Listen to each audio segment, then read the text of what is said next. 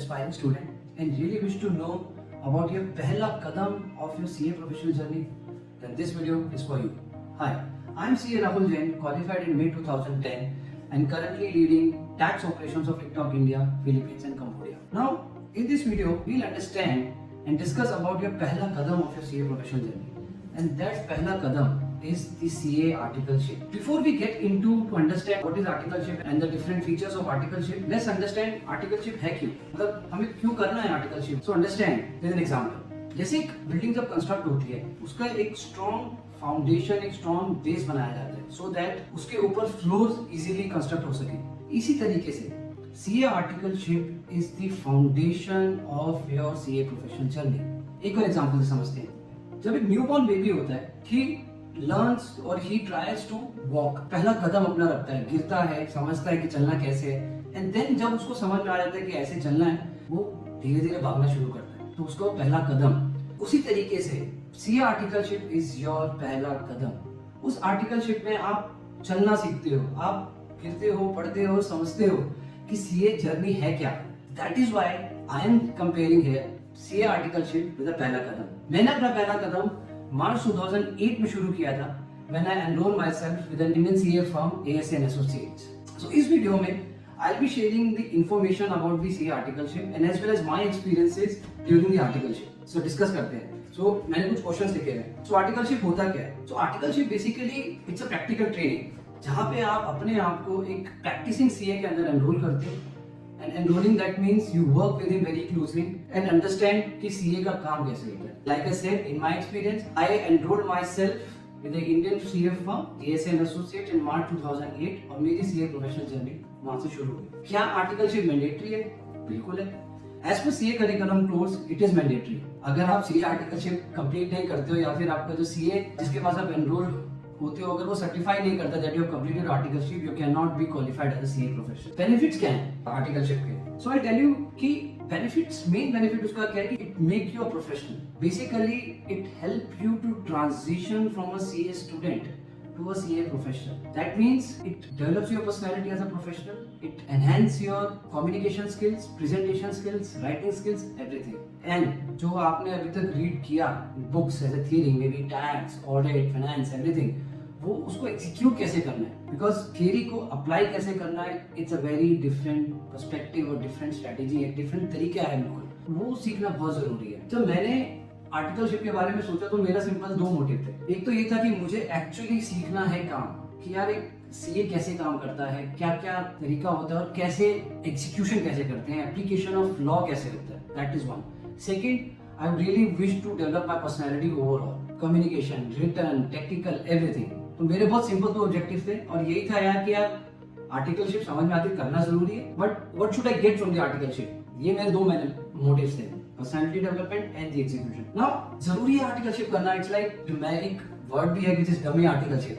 क्या हम वो नहीं कर सकते हैं जिसका मतलब होता है कि ऐसे एनरोल कर लिया हम जाएंगे नहीं, हम पढ़ाई करते रहेंगे बिकॉज सीए फाइनल होता है, पढ़ाई मुश्किल होती है. तो क्या करना चाहिए? सी डमी आर्टिकलशिप से आप ऑब्वियसली आप एनरोल हो जाओगे, मे बी दैट सीए जहाँ पे आप एनरोल हो आपको कंप्लीशन सर्टिफिकेट भी दे देगा. बट क्या आप सच में समझ पाओगे कि लॉ को अप्लाई कैसे करना है, एग्जीक्यूट कैसे करना है, डिलीवर कैसे करना होता है काम as a CA? I don't think so. Dummy articleship will not help you. It can only be on papers that आपने articleship करी, but it won't help you in execution. तो जब आप CA बन जाओगे तो आप काम कैसे करोगे? Eventually काम तो करना ही है ना. तो ये वो पीरियड होता है जहाँ पे आप समझते हो कि यार काम कैसे होता है. तो डमी आर्टिकलशिप won't help. तो मेरा भी पर्सपेक्टिव यही था कि यार मैं डमी आर्टिकल नहीं करूंगा. I really need to learn because ये 3 years का जो पीरियड है is a golden period to learn. उसमें आप गलतियां भी करोगे ना तो इतना कुछ बड़ा नहीं होगा. You learn from your mistakes. आप गलतियां करते रहोगे, आप सीखते रहोगे, you really grow.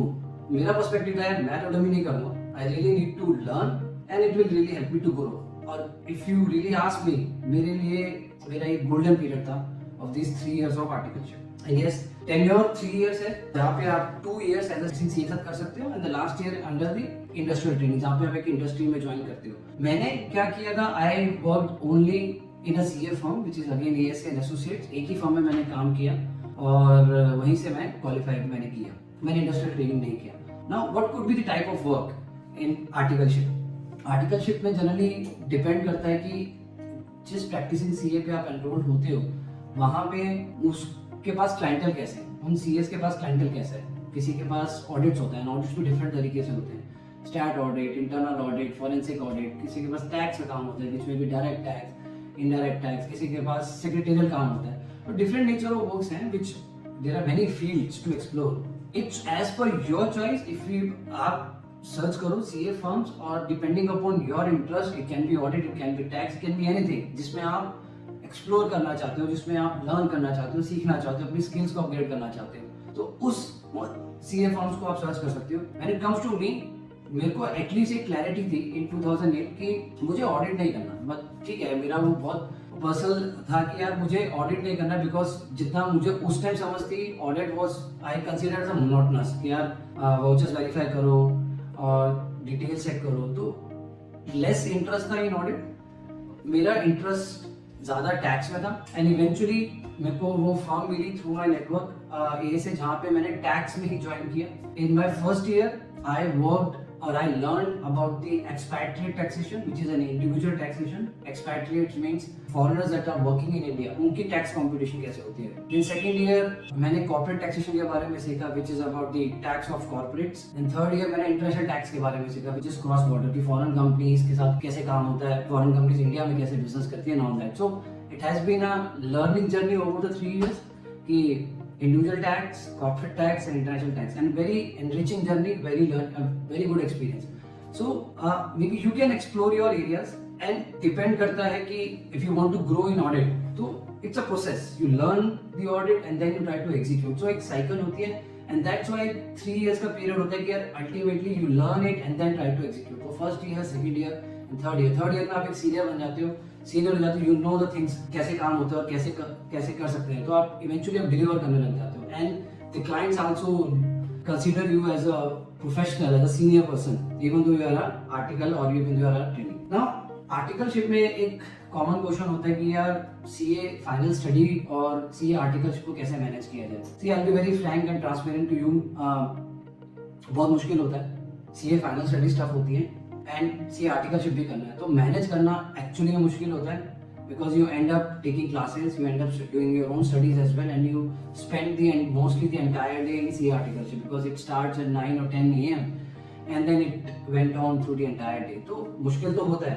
And we'll understand कि कैसे मैनेज करना चाहिए in my next upcoming videos, but I will give you a perspective. At least for initial 3 to 6 months आप सीए स्टडीज को थोड़ा, सीए फाइनल स्टडीज को थोड़ा साइड में रखो, focus on your CA articleship. Because क्या होता है, सीए फाइनल में टाइम होता है, मे बी 1.5 years के बाद होता है when you can appear for your CA final, थोड़ा टाइम होता है। तो what I am suggesting here is कि पहले 3 to 6 months don't go for directly for your classes, don't go, मैंने ऐसे किया था, don't go directly for your classes and all that, थोड़ा रुको, फोकस डाइवर्ट करो अपनी सीए आर्टिकलशिप में, वहां पे एक्चुअली में टाइम स्पेंड करो, अंडरस्टैंड कि क्या काम है, अंडरस्टैंड कैसे करना है एंड अंडरस्टैंड योर रोल, और उस मतलब कहते पूरा एक बार उसमें ध्यान से लग के फोकस होकर उसमें एक काम करो and maintain and develop a rapport with your CA principal जिनके साथ आप एनरोल्ड होते हो। एक रेपो डेवलप करो कि yes you want to learn and then he will work with you to make you or upgrade your skills, and then आप उनके साथ बैठ के अपने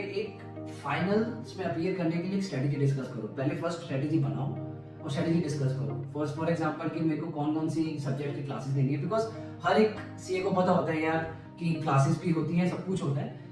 तो आप जब एक रेपो बना लोगे, एक डिस्कशन ओपन हो जाती है कि यार see sir this is the plan which I am making, कि ये क्लासेस, ये सब्जेक्ट्स की मैं क्लासेस लूंगा, that will be the timings, और ऑन दिस इन ईयर या मई में या नवंबर में I am appearing for my CA final, so this is the strategy that I am building here. I need your guidance and see if you can suggest something, और accordingly मैं अपना studies भी मैनेज कर सकूं और सी articleship में। मैं ये नहीं चाहता कि मैं कंप्लीटली फोकस हटा दूं सी आर्टिकलशिप में, स्टिल वांट टू लर्न। तो अगर आप उनको एक कॉन्फिडेंस दोगे, I am sure that person will really help you, right. मैंने ऐसे किया था अपनी सी आर्टिकलशिप में, प्रॉपर एक स्ट्रेटेजी करी थी, कौन कौन सी क्लासेस लेनी है, कब कब लेनी है, कब मुझे अपीयर करना है, right. And it really helps me because it gives a sense of confidence, collaborative effort होता है आपका कि हम डिस्कस कर रहे हैं and then we agree on something, so try it. Now C articleship में स्टाइपेंड बोल लो या सैलरी होती है, नॉर्म्स भी हैं सीए इंस्टीट्यूट के, but it really depends, meaning because जो सीए इंस्टीट्यूट की जो नॉर्म्स है वो मिनिमम है, तो it depends upon that CA practising firm की उनकी खुद की पॉलिसी क्या है, and they will give you this stipend. मुझे भी स्टाइपेंड मिला था। I started with ₹6,000 per month in March 2008 and that was a good salary to get actually. So this is it. Again, let me summarize. CA articleship is actually your पहला कदम. It's a transition from being a CA student to a CA professional. और ये वो journey है जहाँ पे आप बहुत कुछ सीख सकते हो and you can grow your skills and you can outgrow yourself, right? And it's a golden period. अच्छी फॉर्म सुनो, अपने आप के अपने इंटरेस्ट को एक्सप्लोर करो and really work through, and I am sure आप सीखोगे भी और अपने सीए फाइनेंस की स्टडीज को भी मैनेज कर सकोगे। Thank you so much.